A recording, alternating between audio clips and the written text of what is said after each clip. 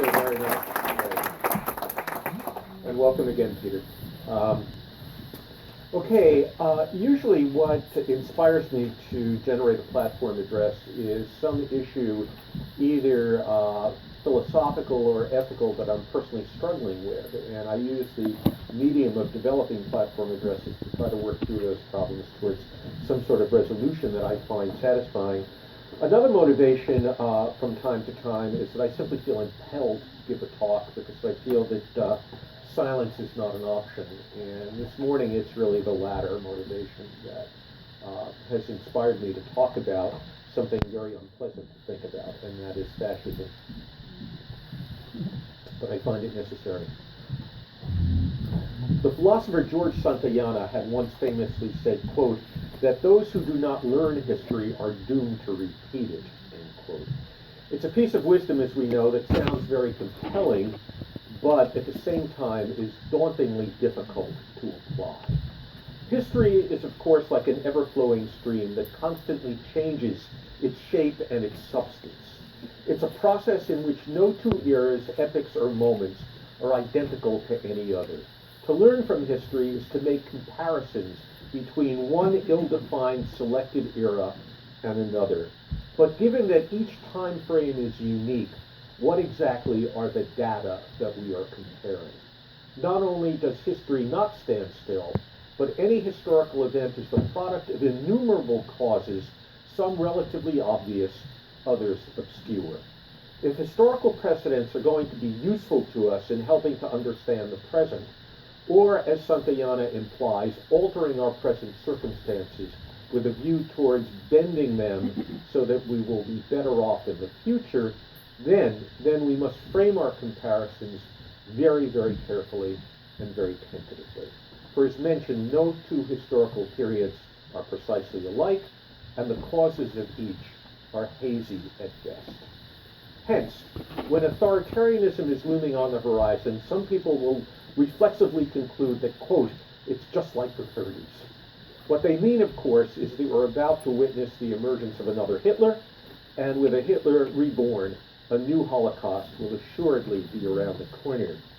Such talk, of course, is clearly alarmist, driven by emotion, I believe intellectually irresponsible, and most likely wrong. It is wrong because the United States of the current era is not the same as Germany in the interwar years. But that does not mean that there are not similarities, and similarities should make us vigilant, and if sufficiently compelling, should spur us to organized opposition and counter-movements. And so we come, regrettably and fearfully, to Donald Trump, and to the Donald Trump phenomenon. It's a phenomenon that we have not seen before in American politics or anywhere close to this degree.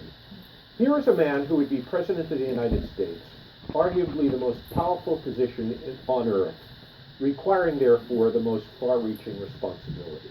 What we witness, however, is an unbridled narcissist whose sense of self-importance is proportionate to his political vacuity. He is essentially an unread man who pronounces political slogans but elaborates no political program. He is vulgar, obscene, puerile, and his level of articulation in view of the Boston Globe is at the level of a fourth grader. Moreover, he seems to have no respect for truth. His speeches are glutted with lies, claims that are simply made up and are contrary to fact, and he perpetually contradicts himself while claiming that his lack of consistency is indeed a virtue and that it renders him unpredictable. Nuance and complexity seem to elude him, and he lays down his utterances in hyperbolic and absolute terms. His ego is so grandiose that he seems not to know that he does not know, and beyond that he doesn't seem to care, and neither do those who are flocking to him. But beyond these characteristics, Trump panders to the basest instincts of those who would be his followers. He appeals to the gut rather than to the mind. He knows how to stoke the fears and grievances of those to whom he appeals. He employs what are the worst tactics in the armamentarium of the demagogue, the demonization of minorities and portraying them as our enemies with the effect of building community among those whom he favors. Muslims, Mexicans, women, the disabled are among those whom he calumniates. And as we know, he has condoned, defended, and abetted violence as a justified tactic. He has done this at his rallies and by proclaiming that if he falls short of the needed delegates at the Republican convention, there will be riots, which, when you think about it, is an indirect way of inciting them. So here we have a self-aggrandizing man who seems to crave the adoration of the crowd like some love-deprived child, reminding us incessantly that he is the best and the greatest and the smartest. When he is not praising himself as a strong leader with crude and retrograde references to his masculinity, his message centers on the dynamic that America has been weakened by stupid politicians and that our country continues to be built by those who are taking us for a ride, whether it be the Saudis or the Chinese. We are victims, and he and only he will make America great again. And he will make America great again, not on the basis of policies, but as a result of the power of his personality. It is indeed his persona as a self-declared strong man that makes him attractive to his followers. Political program, facts, consistency, truth, and truthfulness are simply beside the point. It is these realities that make Donald Trump, I think, a very scary figure. His popularity has implications beyond himself and causes us to rightly be concerned about the state of America's political fabric, the strength of our democracy, and our democratic future. We can't help but ask what the Trump phenomenon says about us now and what it portends for years ahead. The media have long been comfortable in labeling Donald Trump a demagogue. But the question I probe this morning is Donald Trump a fascist, as some are beginning to claim? Is this assertion merely name-calling, or in fact is there substance to it? And should we be appropriately vigilant, concerned, and resistant? To my mind, given the tension inherent in our current political circumstance, it's a momentous and certainly relevant question to ask, and it should not be handled glibly. On the one hand, many feel, myself included, given Trump's authoritarianism and his disdain for democratic institutions, and moreover his appeal to an economically disenfranchised sector of the population who feel themselves dispossessed from the America they knew and have lost hope for a better future, that the smell of fascism is certainly in the air. On the other hand, the invocation of the word fascism is virtually the worst thing you can say about somebody. Maybe being a child molester is somewhat worse, but fascism is virtually the worst epithet you can tag someone with, and it's tagged to very potent associations. To Hitler and Mussolini, who represent the greatest evil that history has vomited up. Hence, if we entertain that Donald Trump is a fascist, we should not come to hasty conclusions, but look at the question carefully and responsibly. Again, what hangs in the balance is that we, in the first instance, be precipitously alarmist and, in addition, commit an offense to the memory of Hitler's victims, or that we blind ourselves to the dangers facing America and thereby do nothing to try to stop them. Perhaps a good place to start is to ask, what is fascism? The answer, in fact, is not readily at hand, and different historians and political theorists have different descriptions. One reason for the vagueness is probably because fascism, unlike conservatism, liberalism, or socialism, does not have much of an intellectual genealogy. Conservatism, liberalism, and socialism, which came to age in the 19th century, are all rooted in rich philosophical traditions, and one can readily identify philosophers and thinkers who developed these ideas with great rigor.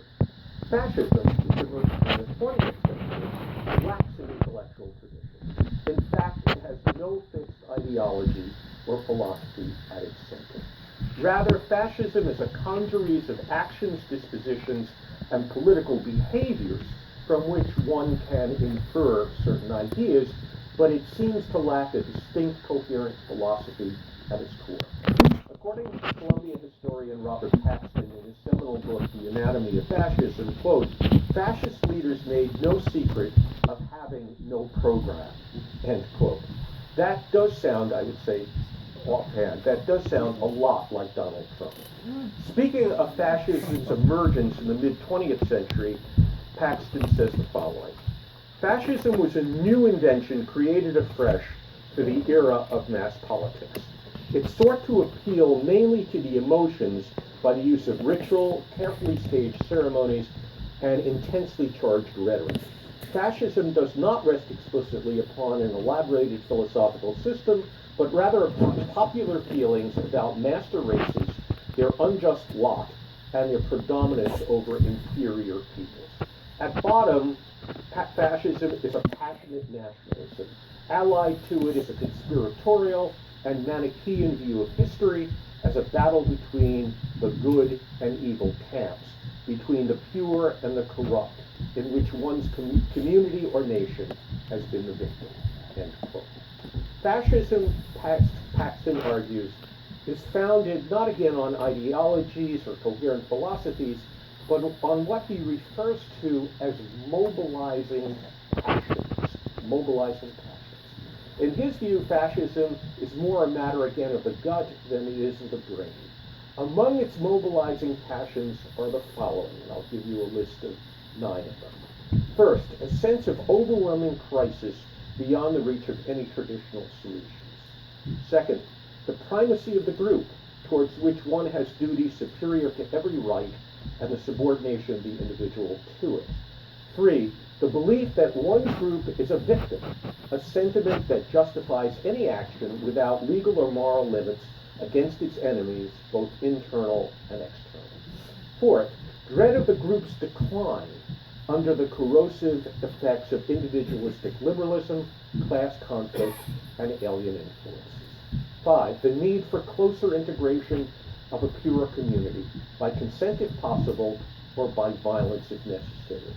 6, the need for authority by natural chiefs, always male, culminating in a national chieftain who alone is capable of incarnating the group's historical destiny. 7, the superiority of the leader's instincts over abstract and universal reason. 8, the beauty of violence and the efficacy of will when they are devoted to the group's success. And last, the right of the chosen people to dominate others without restraint from any kind of human or divine law. End quote. So, does Donald Trump and the movement he leads exemplify these mobilizing passions? Does he reflect the personalities and the tactics of the fascist leader? In my view, he bears too much in common. Not all of these 9 characteristics, but he does, in my view, bear too much in common for us to write off this identification or to rescue him. Trump presents himself as an authoritarian leader who is, in effect, dismissive of democratic institutions. He postures himself as an outsider who will dismantle the establishment. In his self-aggrandizement and appeals to his own greatness, he seems to posture himself above the law and political conventions. He pledges to crack down on a free press by toughening libel laws. He will ethnically cleanse 11 million illegals and strip the citizenship of the children of such illegals. He will commit war crimes through killing family members of terrorists so they be innocent of any wrongdoing, and he vies to upstage his adversaries in the use of torture, though it violates international and federal laws and the military code of conduct. All this bravado makes him look tough in the eyes of his followers. He is more interested in railing against political correctness than he is in abiding by the fine print of the Constitution. As notice, he speaks to the victimization of America at the hands of enemies, foreign and domestic, as well as the victimized status of his devotees. He speaks as a savior to those who feel themselves victimized and left behind by the American economy and by those who control it, and those who feel that the door to a more hopeful future has been slammed shut. If the fascists of Europe were racists in their demonization and destruction of the Jews, Trump is racist as well, though I am not drawing an identity between Trump and Nazism. But as we know, older whites are the core of his constituency. His appeal to minorities is understandably minimal. This appeal, we should not forget, strengthened by his nonsensical and racist demand years ago that Barack Obama display his birth certificate as well as his grades at Harvard. This signaled to the whites, who would be his cohort, that the first black president was not only literally un-American, but that he was intellectually inferior to them, despite being a graduate of Harvard Law School. Okay, that was part of the Trump approach. It is no accident that Trump is a favorite of white supremacists and hedged on disavowing an endorsement from David Duke, a former wizard of the KKK. Here, in fact, is a very interesting and important historical tie-in. Though fascism was a European creation, Robert Paxton, the historian again, notes that perhaps the first precursor of fascism was spawned right here in the United States in the form of the Ku Klux Klan. Okay. As he observes, quote, by their techniques of intimidation and their conviction that violence was justified in the cause of their group's destiny, the first version of the Klan in the defeated American South was arguably a remarkable preview of the way fascist movements were to function in interwar Europe, end quote. When we think of intimidation and violence, it is not a far leap to trump that rallies with their violence, virulent rhetoric, and their theatrics. With regard to theatrics, Trump on several occasions has arrived in his massive private jet. It's not a Learjet, but a 757, okay, with the word Trump across it. He's arrived at various times at his rallies in his jet to awaiting crowds in the hangars.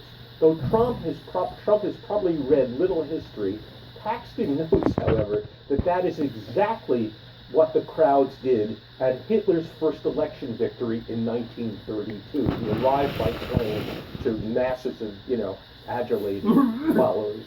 That Trump has won the support and favor of white supremacists further points, I think, to his fascist credentials and the political ambiance that surrounds him.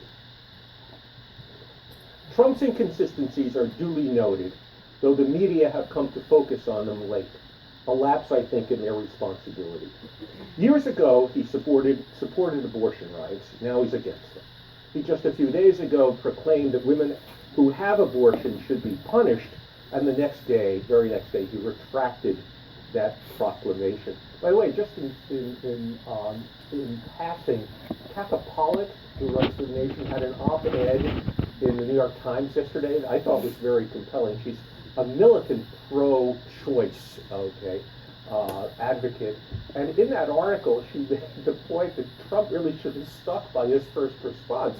If you believe, as the, pro-life, quote, pro-life people constantly say that abortion is murder and will scream murderer as women are walking into abortion clinics, then women should be punished for abortion. I mean, that seems to follow from being a murderer, you know what I'm saying? And in effect, by the pro-life camp saying, no, the woman is a victim too, they are denying women their agency and their choice. It's a way of demeaning women, saying they need nothing but protection, rather than indeed they are agents who can make free choice. I mean, I thought Katha Pollitt was spot on about that. I mean, it's just a side point in terms of hypocrisy, very often of the right, as well as his inconsistency.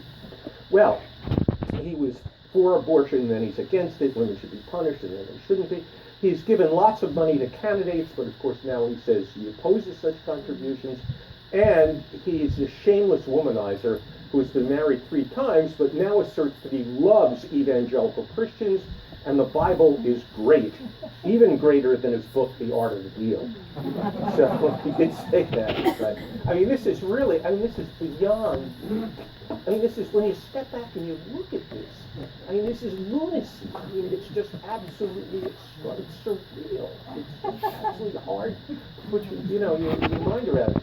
Trump, but it's not, at first this was treated and written off as clownish behavior. We can't do that anymore. We have to, he has traction in terms of becoming the president of the United States.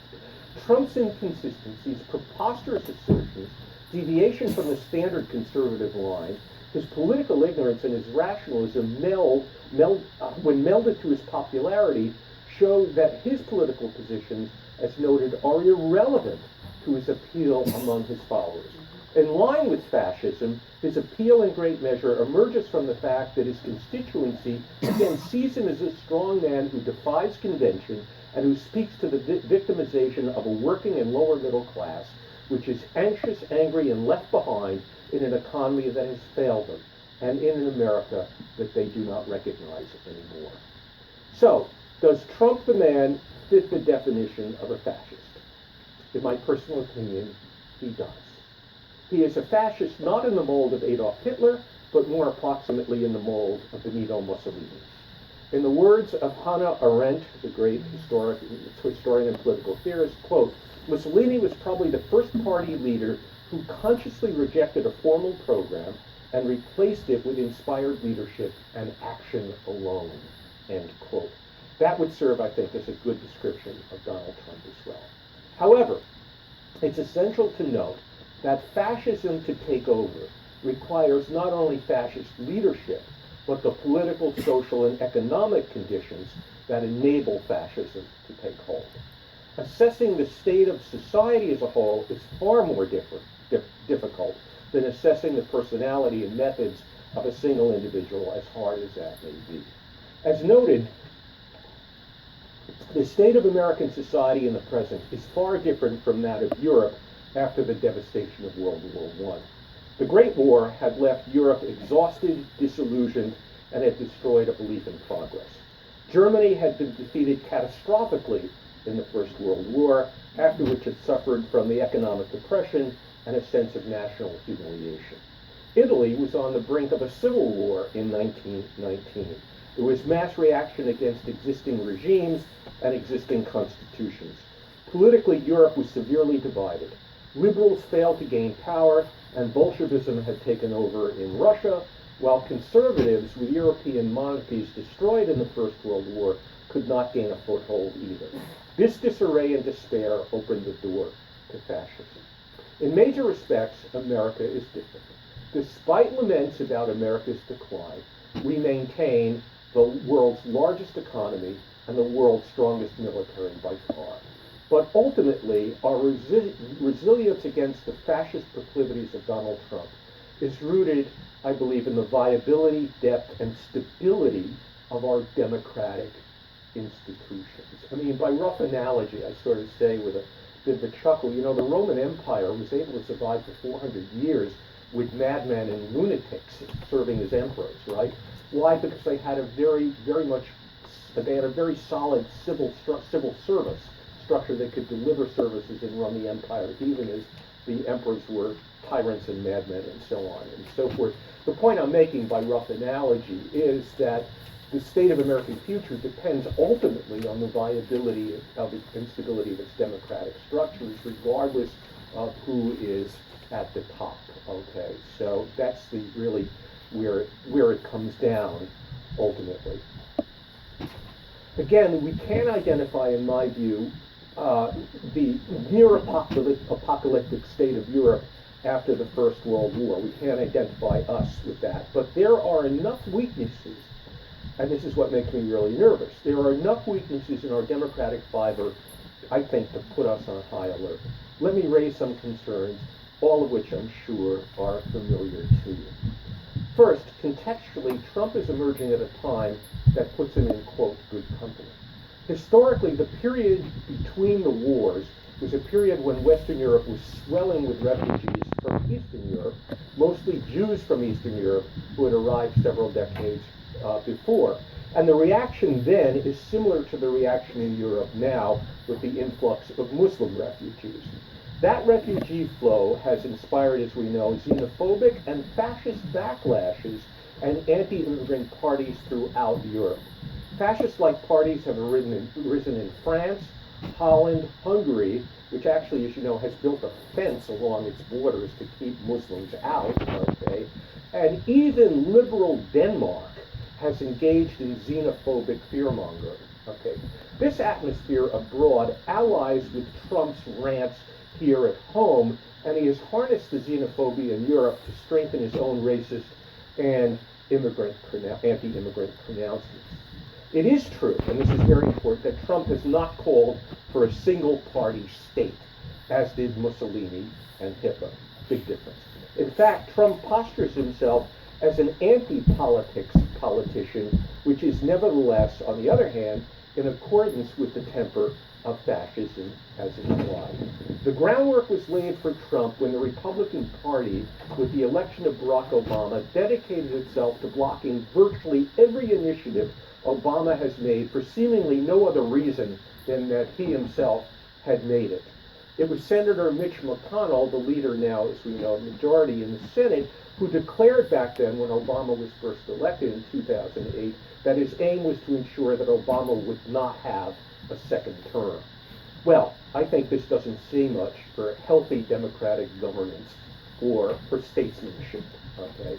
And then, with the emergence of the Tea Party, whatever moderation there may have been in the Republican Party was hijacked by this movement, which essentially declared that mediation and compromise, which are the lifeblood of democracy, is virtually an act of treason. The Tea Party has paralyzed the so-called establishment wing of the Republican Party so that it can't even fulfill its constitutionally mandated function of giving its advice and consent on a Supreme Court nominee.